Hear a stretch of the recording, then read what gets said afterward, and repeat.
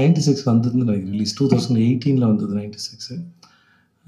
அதுக்கு முன்னாடி ஒரு தடவ கோட்டக்கலுக்கு வந்து ஒரு 10 டேஸ் வந்து ஒரு ட்ரீட்மெண்ட்டுக்காக வந்திருந்தேன். சும்மா ட்ரீட்மெண்ட்டுக்கு வந்தேன். அப்போது ஈவினிங்காக அந்த பக்கம் மலப்புரம் சைடு வாக்கிங்லாம், மலப்புரம் தான் இல்லை அது இருக்கிற இடம், கோழிக்கோடு இங்கே இருந்ததில்ல. ஸோ அங்கே ஈவினிங்லாம் வாக்கிங் போவோம். அப்போ வந்து விக்ரம் வேதா ரிலீஸ் ஆகிருந்தது. ஸோ என்ன கொஞ்சம் பேருக்கு தான் தெரியும். நாங்கள் நைட்டு சாயந்தரமானா வாக்கிங் போயிடுவோம். அப்படியே நான் வாக்கிங் போயிருக்கோம், கோயிலுக்குலாம் போயிருக்கோம். அப்போது அதுக்கப்புறம் 96 ரிலீஸ் ஆனதுக்கப்புறம் நான் மாமனிதன் ஷூட்டுக்காக வந்தபோது நான் நினச்சேன் அதே போல் வாக்கிங் போகலாம் அப்படின்னு நினச்சி தான் இருந்தேன். பட்டு அவ்வளோ லவ் நானே எதிர்பார்க்கல. அந்த சமயத்தில் அலப்பியில் ஷூட் பண்ணோம். அங்கேயும் அவ்வளோ பேர் வந்தாங்க. ஸோ அது நாளுக்கு நாள் அதிகமாகிட்டே போகுது. அது இப்போ வரும்போது என்னென்னா ரொம்ப கம்ஃபர்டபுளாக பிடிச்ச இடத்துக்கு வரோம். ஏன்னா நம்மளை நேசிக்கிற நிறைய பேர் இருக்கிற இடத்துக்கு வரோங்கிற ஒரு பெரிய சந்தோஷத்தை கொடுக்குது. நான் அது ரொம்ப ஷாக்கான நேரம் வந்து 2019ல் நான் வந்தபோது, 2019 ஜனவரி கிட்ட வந்தேன் நினைக்கிறேன். ஜனவரி பிப்ரவரி கிட்ட வந்தேன் நான். Yes sir. Anything else? அது இப்போ உங்கள் எல்லோரும் படம் பார்க்கும்போது படத்தோட இம்பேக்ட் ஒன்று இருக்கும். ஆனால் இந்த படத்தை சொன்ன விதம் இருக்குல்ல, the flow of the film, screenplay, அதுதான் ரொம்ப எக்ஸைட்டிங் பண்ணுச்சு. இதை வந்து முன்ன பின்ன அது சொல்லும்போது அது ரொம்ப ஃபோர்ஸ்டாக இல்லாமல் அதோட ஃப்ளோ ரொம்ப நல்லா இருந்தது. ஒரு ரொம்ப அழகான ஒரு இசை போல், மியூசிக் போல் இருந்தது. So I loved it. அதான் முதல்ல உங்களுக்கு இதான் ஃபஸ்ட்டாக உங்களுக்கு முதலுக்கு என்னுடைய வாழ்த்துக்கள் உங்களுக்கு. அப்புறம் உங்களுக்கு I tell you one secret. Okay, நாங்கள் தான் ரொம்ப பயப்படுவோம். நீங்கள் பயப்படாதீங்க. ஏன்னா வந்து நீங்கள் என்ன கேட்பீங்க, எது இஷ்யூ ஆகிடுமா, பிரச்சனை ஆகிடுமா, எதை இழுத்து விட்டுருவீங்களா? ஏன்னா நீங்கள் கேள்வி கேட்டால் பதில் சொல்லலைன்னா அது வேறு தப்பாகிடும். நீங்கள் என்ன வேணால் கேட்டுடலாம், ஆனால் பதில் சொல்லாமல் பிளாங்கானா கூட பாரு மாட்டிக்கிட்டாம்பாங்க.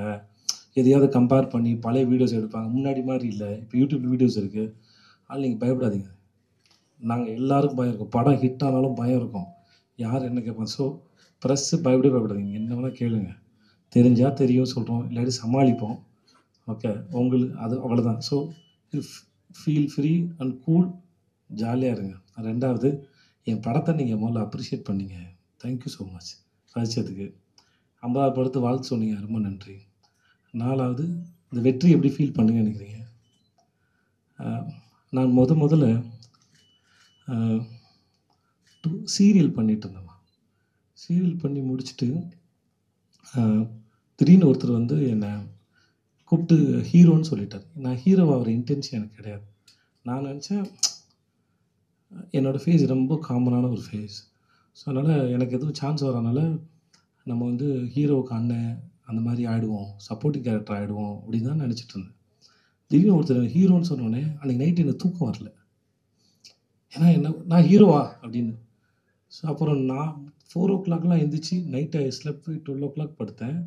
4 o'clock எழுந்திரிச்சிட்டு ஜிம்மை தேடுறேன். எந்த ஜிம்மும் ஓப்பன் ஆகல. ஏன்னா ஹீரோன்னு ஜிம்முக்கு போகணும் அப்படிலாம் யோசிச்சுட்டு ட்ரை பண்ணுறேன். இப்போ வரைக்கும் ஜிம்முக்கு போகலன்னு வச்சுக்கோங்களேன், செகண்டரி. நான் ஜிம்மு திறக்கல. அப்புறம் அந்த படம் நடக்கலை. கொஞ்ச நாளில் வந்து நான் ஜிம்முக்கு போகாதனால இல்லை, அந்த படம் வந்து அப்புறம் பேசணும் தமிழில் நடக்கலை. அப்புறம் அந்த படம் கன்னடத்தில் எடுத்தாங்க. அப்புறம் நான் கன்னடத்தில் போய் வில்லன் நடித்தேன். ஹீரோ நடக்கலை. அப்புறம் இன்னொருத்தர் கூப்பிட்டு ஹீரோன்னார், நடக்கலை. இன்னொருத்தர் கூப்பிட்டு ஹீரோன்னார், நடக்கலை. இது மாதிரி 4 பேர் பண்ணாங்க. அப்போ எனக்கு ஹீரோவாகிறது, நான் ஹீரோ மெட்டீரியல்னு ஒரு நம்பிக்கை வந்தது. ஆனால் ஹீரோவாகனான்னு தெரியாது. பட் என்னை ஹீரோவாக பார்க்க ஆரம்பிச்சிட்டாங்க மட்டும் தெரிஞ்சது. ஸோ அது என் லைஃப்பில் ஃபஸ்ட்டு சக்ஸஸாக நான் பார்க்குறேன். ஏன்னா எனக்கே தெரியாது, என்னை ஒருத்தர் ஹீரோன்னு சொன்னதுக்கப்புறம் தான் நான் என்னை ஹீரோவை பார்க்க ஆரம்பித்தேன். ஸோ அதுக்கப்புறம் தான் நான் நம்ப ஆரம்பித்தேன். ஒரு 4-5 பேர் சொன்னாங்க. அதுக்கப்புறம் தான் நான் ஹீரோவானேன். Is easy sir. Everything is calculated. ஏன்னா அது அந்த ஒரு சீனில் என்னென்ன எமோஷன்ஸ் இருக்குது, அந்த சீன் எந்த இடத்துல வருது, அதை எப்படி ப்ரெசென்ட் பண்ண டேரக்டர்ன்றது, what is the rhythm of a scene, யாரெல்லாம் இருக்கிறாங்க, அது எங்கே நடக்குது, டேவா நைட்டா, இப்படின்னு நிறைய கால்குலேஷன் இருக்குது. ஸோ இதில் எவ்வளோ கொடுக்கலாம், எவ்வளோ ரிவீல் பண்ணக்கூடாது. இப்போ இந்த படம் பண்ணும்போது சார் நான் லீனியர் ஸ்கிரிப்டாக இருக்கனால உங்களுக்கு ஒரு எக்ஸ்ப்ரெஷன் உள்ள வேற ஒரு மூடு இருக்கணும், அதை சப்ரஸ் பண்ணணும். ஸோ அப்போ நமக்கு அது ஜென்ரலாக நம்ம கொஞ்சம் டாமினண்ட்டாக பண்ணிட்டா டேரக்டர் சொல்லுவார், அண்ணா இது பண்ணாதீங்க தெரிஞ்சிடும், ஸோ குறைச்சிக்கோங்க அப்படின்னு. ஸோ அது குறைச்சி இப்போ நான் ஃபஸ்ட் லக்ஷ்மி கதை சொல்கிறோம்ல, சொல்லும்போது என் வாழ்க்கையில் மிக மோசமான சம்பவம் நடந்திருக்குன்னு தெரிஞ்சிடக்கூடாது. இது எதுமோ நடந்திருக்கு அப்படின்னு. அதனால் அந்த பிள்ளை இருக்கணும். ஆனால் நீங்கள் உண்மை தெரிஞ்சதுக்கப்புறம் என்னை பார்ப்பீங்க, என்னை யோசிச்சிங்கன்னு வச்சுக்கோங்களேன், அங்கே நான் சீட் பண்ணிடக்கூடாது. So there should be 2 expressions must be there. இந்த மாதிரி அந்த தண்ணி குடிக்கிறதுக்கு அந்த டைமில் என்ன பண்ணுறது, இப்படி எல்லாத்துக்கு பின்னாடியும் ஏதோ ஒரு காரணம் இருக்கும். அந்த கால்குலேஷனை முடிஞ்ச அளவுக்கு பண்ணி அந்த சீனை பெர்ஃபார்ம் பண்ண ட்ரை பண்ணுறேன். ஸோ இதில் கஷ்டம் ஈஸி இல்லை சார். டிஸ்கிரிப்ஷனில் மட்டும் பத்தாது சார். இப்போ இவர் 14 வேர்ஷன் எழுதியிருக்காரு சார். 14 வேர்ஷன் எழுதியிருக்காருன்னா எவ்வளோ வார்த்தையை யோசிச்சிருப்பார், எவ்வளோ படங்கள் பார்த்துருப்பார். ஆனால் ஆக்டர் கொடுக்குற டிஸ்கிரிப்ஷன் 4 லைன் பத்தாதில்ல சார். அவன் 4000 லைன் யோசித்து 4 லைன் டிஸ்கிரிப்ஷன் எப்படி சார் பத்தும்?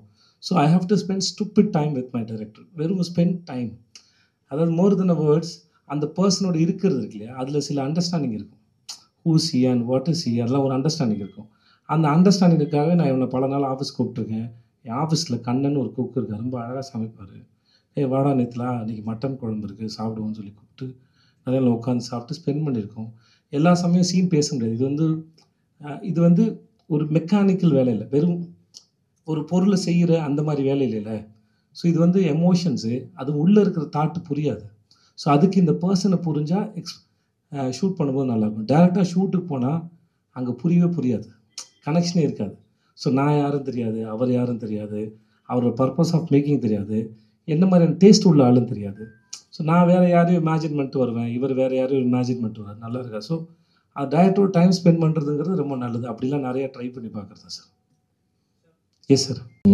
வணக்கம். முதல்ல நாங்கள் லேட்டாக வந்ததாக சொன்னாங்க, அதுக்கு மூலம் சாரி. ஃப்ளைட்டில் வந்து